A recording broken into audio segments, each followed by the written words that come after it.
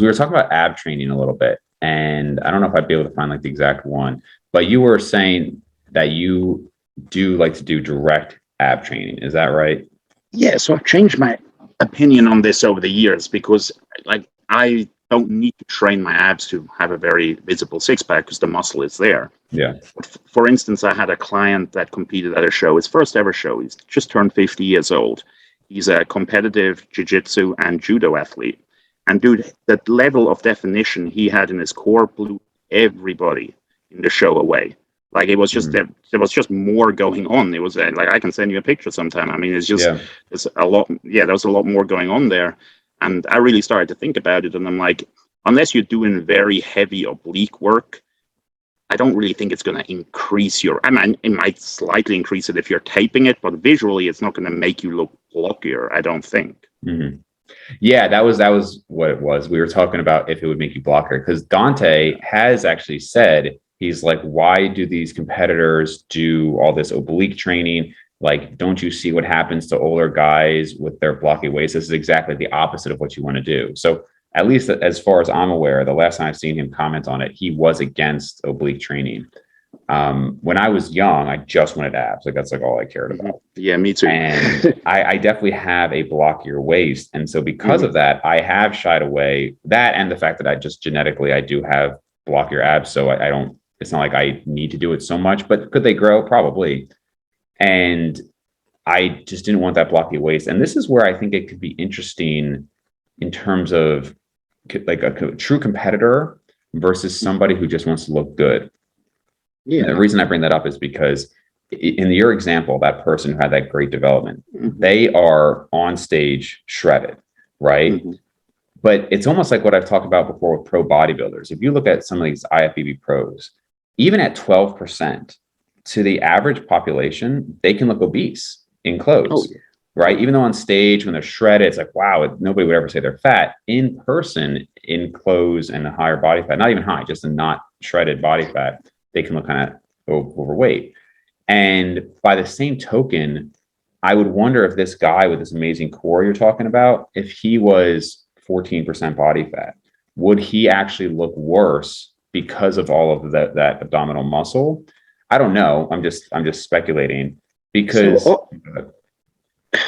I'm just going to say that often when you see these guys, it's not really the muscle thickness that's looking bad. It's the fact that their stomach is bloating out, right? I mean, that's usually the issue. It's not like if you can suck in and have a completely flat stomach, it's rare that you'll go, okay, unless you're Jay Cutler and like he's a unique individual, how he's just built. But just in general, these loose waists people are talking about, I mean, that's from years of drug use and overeating, and you're just stretching everything out. So then when you relax, it looks like a turtle shell hanging out. I don't think it's really the ab development in that case that is causing that. If anything, I would say, if anything, doing like stabilization and inner core work would actually help keep it tighter for a lot of those guys. So you're specifically talking about like the abdominal blow or like the GH gut, which I agree with you for sure. But I'm even just talking generally, like even somebody who doesn't have it, like quote unquote GH gut going on. I think to the untrained eye, a lot of these guys have bloated faces and just being big. A lot of people see just size in general. A counterexample would be like Jeffrey Verdi Schofield, where he naturally has a very tiny waist. So even when his body fat is higher, people see shape, they see all of that. And so they see a tinier waist. And honestly, like there are a lot of women like this where I've seen women who have higher body fat percentage, but they're just blessed with this hourglass figure. And I've seen girls who literally have six packs, but they just have an unfortunate, for them, shape, and it kind of hurts the physique. I'd even go so far as to say, I know, there's like the first step where girls get worried about gaining too much muscle, right? And then there's the next step where people say, oh, you're not going to be too muscular. And I agree with that for the most part. But I actually have seen girls who, from a purely aesthetic standpoint, maybe have too muscular a body compared to like what a lot of women would want. So I don't think it's always the case that like, oh, you're not going to be too muscular. Like I absolutely know women who are more muscular than most women would want to be, if that makes sense. Oh, dude, like my family, we're shorter and more muscular people in general. Mhm. Like my aunt, she had to stop weight training even in her 50s because her arms would just look too muscular for her small frame. Otherwise, it would look like Right. gorilla arms on this little woman. Yeah. So yeah, I Yeah. mean, it certainly can happen for sure. Yeah. Yeah. So, and again, I hope nobody listening to this is like, oh, women shouldn't weight train. Not at all what I'm Oh, saying. But the point is, it can totally happen that they, compared to what they would find ideal, they might get too muscular. Um, agreed. Yeah. and then the last point I would make on it is one of the comments you made, because you were saying, do I think the obliques would actually grow if I were to train them, given that I say nothing grows anymore? And the counter example I gave was that, like, look, I didn't train my neck directly for, the first 15, 16 years, but it doesn't get that much stimulus so that when I did direct neck training, I gained an inch. And I Yeah. do think, I don't know, I wouldn't be surprised, I should say, if that happened with oblique training. If I said I'm going to start directly training my obliques 3 days a week, I wouldn't be surprised if they did grow. And I just personally, with somebody who has a kind of block waist, wouldn't want that. Yeah, and I mean, it would only have to grow a tiny amount for you to notice it. So I don't disagree with that at all. Yeah. I just think in general, I think training the core, maybe not with heavy side bends, but even like hanging leg raises to stretch it out, and then you're just getting that mind muscle connection, or planks even. Mhm. I mean, if you're not good at planks, I mean, you're shaking after a minute or so, even on a basic variation.